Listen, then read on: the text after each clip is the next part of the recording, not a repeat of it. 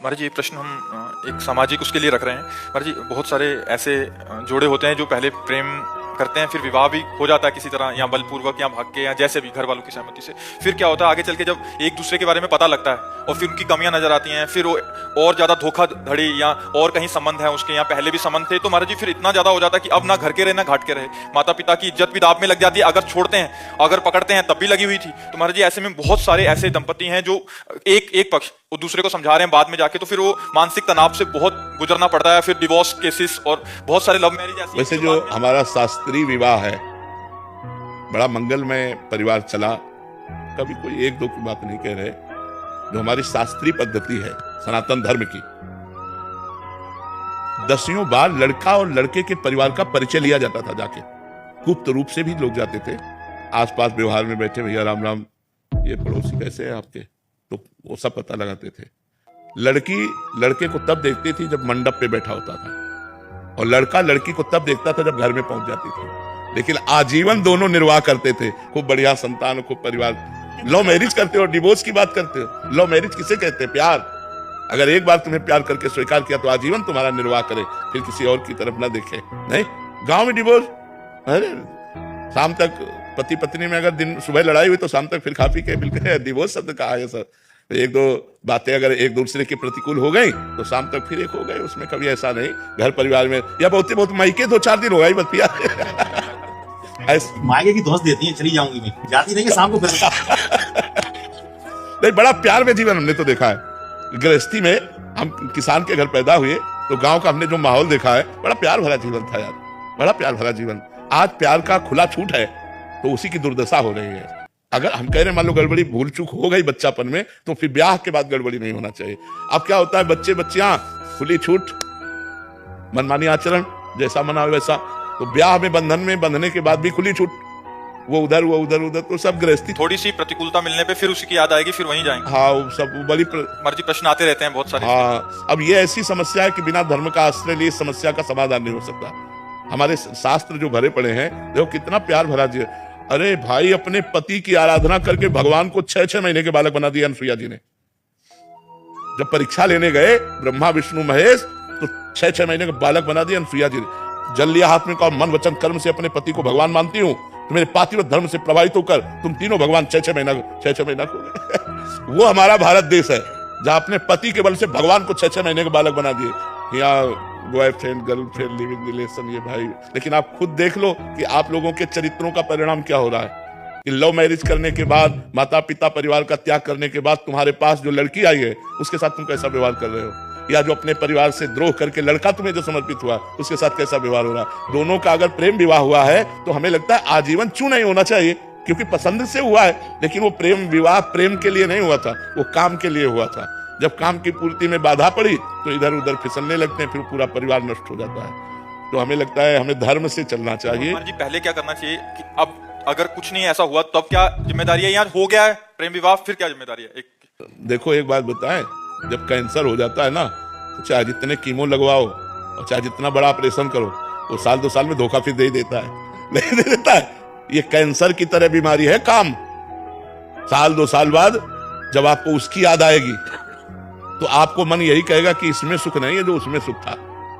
अब आपका धीरे से मन नंबर लगाने का करेगा, फिर वो बिगड़ता चला जाएगा। चंचल मन संभालना बड़ा कठिन है बिना अध्यात्म के। अवसर आने पर दोनों फिसल जाओगे। इसलिए हमें लगता है कि हमारे धर्म से चलना ही ठीक है। ये जो नई पद्धति चली है इसमें ठीक नहीं है, इसमें ठीक नहीं है। अगर हम धर्म से देखो, बड़े बड़े साधु महात्मा, चूक हो जाती तो फिसल जाते हैं। विचार करो, जिन्होंने साधना की है, आप लोग तो साधना नहीं करते, आप लोग तो चूक में पड़े हुए हो। अगर आप सुधारना चाहो तो पहले कसम खाओ दोनों कि अब तक जो हुआ हम कभी नहीं करेंगे। अगर ये कसम खा के ब्याह हो, आज से हम दोनों के दोनों हैं, कभी हम किसी को स्वीकार नहीं करें, बहुत बढ़िया यार जीवन चल जाए। लेकिन ऐसा नहीं हो पाता। पर आप बताओ, अगर आप प्रश्न करोगे ऐसे तो फिर हम उत्तर कहां से दें? उत्तर यही देंगे कि आप गलत हो, आप सुधार करो, आप धर्म से चलो। हमारे बच्चे हमारी बच्चियां यदि धर्म से चलेंगे तो गृहस्थी बहुत बढ़िया बनेगी जाके, और अगर अधर्म से चलोगे तो गृहस्थी बढ़िया नहीं बनेगी। जब हम अपने पति को स्वीकार कर लेते हैं, महीना 2 महीना 4-6 महीना या साल हो जाता है, तो मन उब जाता है, क्योंकि मन को नवम चाहिए। इसलिए मन को अध्यात्म के द्वारा रोका जाता है, धर्म के द्वारा रोका जाता है। हमारा धर्म नहीं कहता कि हम तुमको स्पर्श करें क्योंकि हमने ब्याह कर लिया है। अब नहीं, कोई अगर ऐसे नियम से चले तो भले गृहस्थी बनी रहे, नहीं तो जो आचरण चल रहे हैं उनमें मन चंचल हो रहा है, इंद्रियां अपवित्र हो रही हैं। वो इंद्रियां चंचल और अपवित्र मन वो कभी एक बंधन में बंध कर बहुत काल तक निर्वाह करे, असंभव। इसीलिए ब्रह्मचर्य की पहली अवस्था कही गई। हमारे यहाँ 4 आश्रम है, ब्रह्मचर्य, गृहस्थ, वानप्रस्थ और सन्यास। अपने भारत देश में सनातन धर्म में 4 आश्रमों की ऋषि मुनियों ने व्यवस्था की। पहला आश्रम सबके लिए ब्रह्मचर्य है। अब ब्रह्मचर्य से गृहस्थ जाओ या विरक्त भाव में जाओ तो यहां से मोड़ हो जाता है, लेकिन पहला आश्रम सबका ब्रह्मचर्य है। अब उसी ब्रह्मचर्य आश्रम में हम लोग गलती कर रहे हैं, ब्रह्मचर्य आश्रम को ही नष्ट कर रहे हैं। तो न गृहस्थ बन पा रहा है, न विरक्त बन पा रहा है, सब गड़बड़ हो गया। अगर नींव गड़बड़ हो तो महल गड़बड़ ही होगा। तो हमारी नींव गड़बड़ हो रही है। हमारी जो नई अवस्था है ये थोड़ा गंदे आचरणों की तरफ जा रही है। कोई नए नए बच्चों को देखो व्यसन कर रहे हैं। भला व्यसन करने की अवस्था है कि अध्ययन करने की अवस्था है? जहां हमें उन्नति करनी चाहिए वहां हम अवनति वाले मार्ग स्वीकार। कोई गलत आचरण अगर हमारे ना हो बचपन से लेकर के 25 साल तक, तो हम अच्छे विद्यार्थी बन सकते हैं। हम अपनी समाज सेवा के लिए किसी भी पद में जाएंगे, हम बहुत अच्छे बन जाएंगे। अब जब आप शुरू में ही नशा और व्यभिचार आदि दोष स्वीकार कर लिए तो आपकी जो नींव थी वो खराब हो गई। आप किसी भी पद में जाएंगे तो आप भ्रष्ट होंगे, आप उन्नतिशील नहीं होंगे, आप इधर उधर दृष्टि डालने वाले होंगे, आप घूस लेने वाले होंगे, क्योंकि आपका स्वभाव बन चुका है व्यसन करना, व्यभिचार करना। तो व्यसन और व्यभिचारी को अर्थ की अधिक आवश्यकता होती है। तो आप उसे अर्थ चाहिए, चाहे धर्म से मिले चाहे अधर्म से मिले।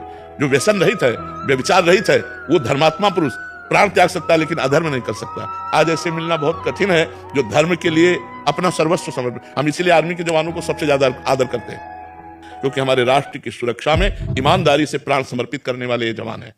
ये गर्मी सर्दी बरसात सब सहते हैं। हर दीपावली होली इनकी वहीं होती है। घरों में परिवार के लोग इंतजार करते रहते हैं और कभी कभी तिरंगा में लपेट कर अर्थी आती है और वो नहीं आते। इसलिए हम सबसे ज्यादा सम्मान भारतीय जवानों का करते हो। हमें लगता है हर भारतीय को सम्मान करना चाहिए।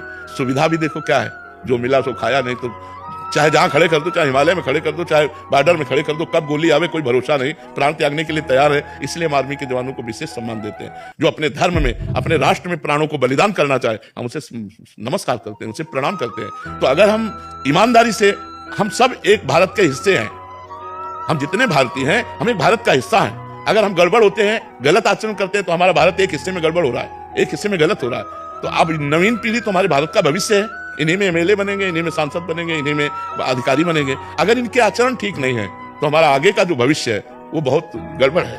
इसलिए हमें नौजवानों को व्यसन रहित और व्यभिचार रहित करने की भावना हमारे अंदर है कि भगवान ऐसी कृपा करें कि हमारे नौजवान जितने हैं वो व्यसन और व्यभिचार से बच जाए, तो वो धर्मात्मा हो जाएंगे, वो गृहस्थी में रहते हुए महात्मा हो जाएंगे। अब यही सब बातें होती हैं जो ये बच्चा लिख के दिए, यही बातें होती हैं। फिर और क्या होता है, क्योंकि मन चंचल है।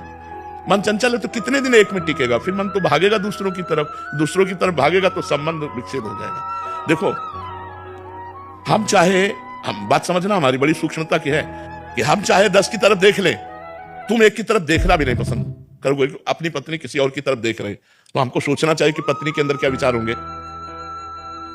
जब हमारे अंदर ये विचार, हम अंदर घुस के बात कर रहे हैं, उसको देख लो थोड़ा अंदर प्रवेश करके, उसके मन में भी है कि मैंने अपना प्राण और जीवन तुम्हें समर्पित किया है, तुम हमारे सिवा किसी को और इस दृष्टि से मत देखो।